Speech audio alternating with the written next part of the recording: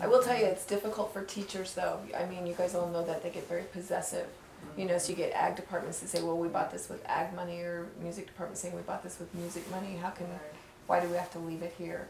Right. And so there's some political pieces to doing that, even within, but it's been a wise decision, I believe, and it's.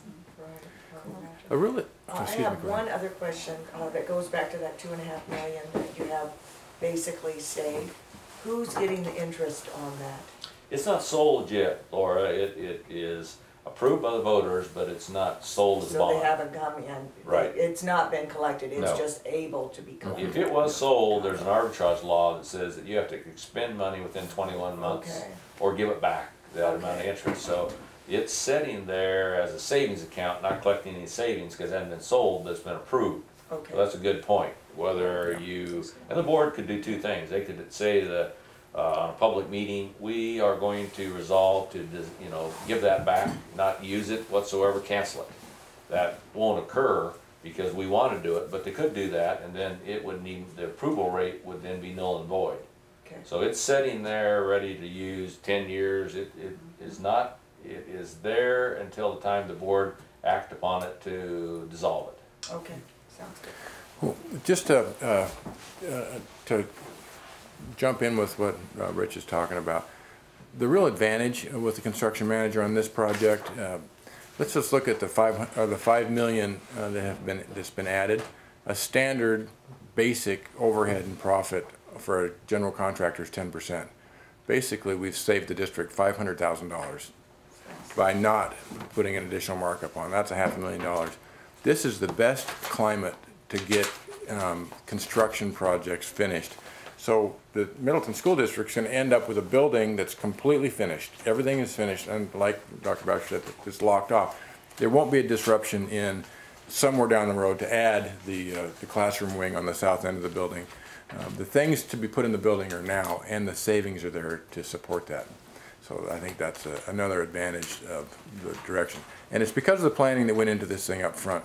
Dr. Boucher is tuned into that recommendation, and what we've seen in a number of other districts is the superintendent will bring a person in that has the skills, Dr. Boucher mentioned that earlier, to work with the construction side, the CM side, as well as the architect side, to get all this stuff kind of boxed up nice and neat and continue to work through the process and make sure that everybody is moving in the right direction, and it frees the superintendent up to be able to be involved, but not to the extent that it takes all of their time.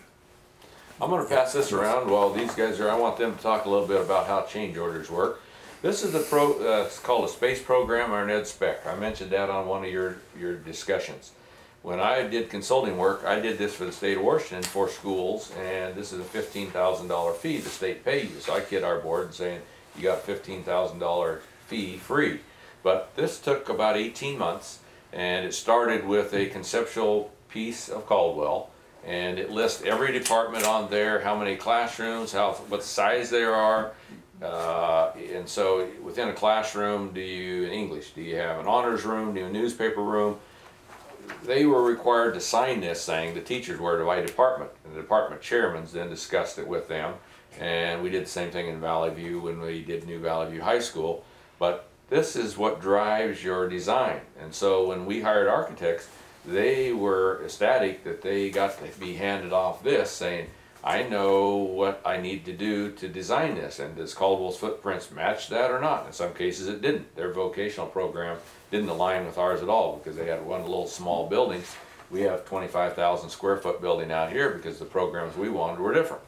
So this little program here is 12 pages long, and it gave Doug and Matt an opportunity up front to say, the square footages are pretty much cast in stone here with what we need.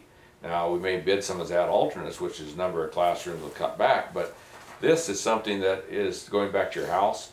You do a house and design it, you're going to be wanting to do this to say to the architects, here's what I want. I want 3 bedrooms, but I want walk-in closets. I want the door wider, 4-wheel chair, or whatever it has. This is what drove the schools you're going to look through, this program, and made it to where it changed. Otherwise, I could have done it in Caldwell or Valley View, and put their footprint on our lot right here and be happy because it was something they didn't have, but was it what we wanted? The answer is no. But it doesn't happen very often. That's why when these guys talk about people coming in here, there's people all over the Northwest, there's school districts in eastern Idaho that want to bring bus loads of their teachers and people here to look at this school, and we said no. We're trying to build a school, unfortunately.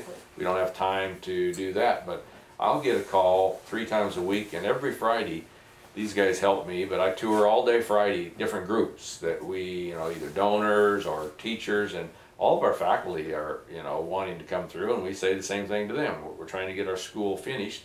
Every time you're here, the contractor's standing out of the way for us to get through there. It takes time away from them. So this program, though, started and it was remodeled 9 times. Added to, subtracted. Teachers say, this isn't a big enough classroom, so we'd have that discussion. How big is a big enough classroom? 900? 1,000? You know, go look at some and come back. Or a home ec room. We don't like that home ec room in Caldwell. Go look at Valley Views and see if theirs is more inclined to what you want. And so that gave us a huge advantage to say to the architects again, get going.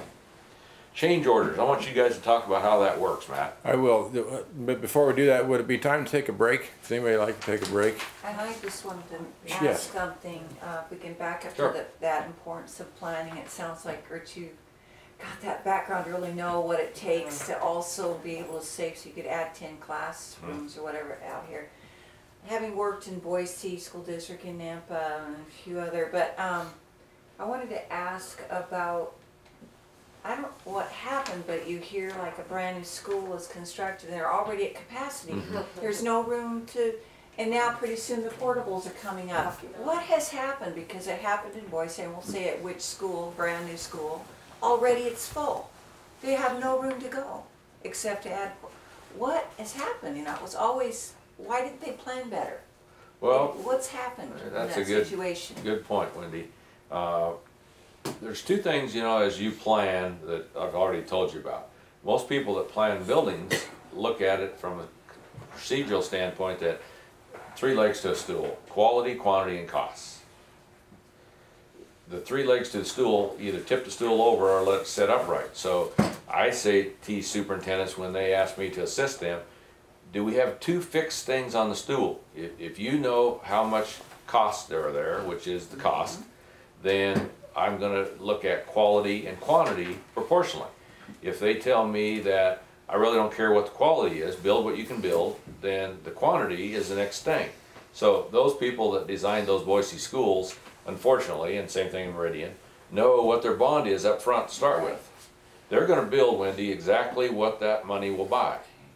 They don't have enough time, for one, to say, do what I did in here and spend 2 years planning it.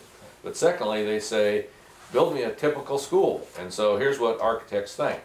A typical elementary school is 600 students. Now I tease them all the time and saying, 600 students, how do you figure that? They say, you got 20 kids in a classroom, you got 30 classrooms. I say, well, that's interesting, but that doesn't mathematically work that way. Because now we have special ed and Title I, and we have, you know, but that's how they figure programming through their brain, because they're not educators. High school's the same way. They say, high school is going to hold 2,000. Well, 2,000 divided by what? Well, we're going to divide it by 20, because that's what they think. The complexity of what you guys know, they don't know, gives us exactly what you have. And then how can you predict, Wendy, what the growing population is going to be? And how can you get patrons? Laura, you mentioned the fact, you know, we have size here.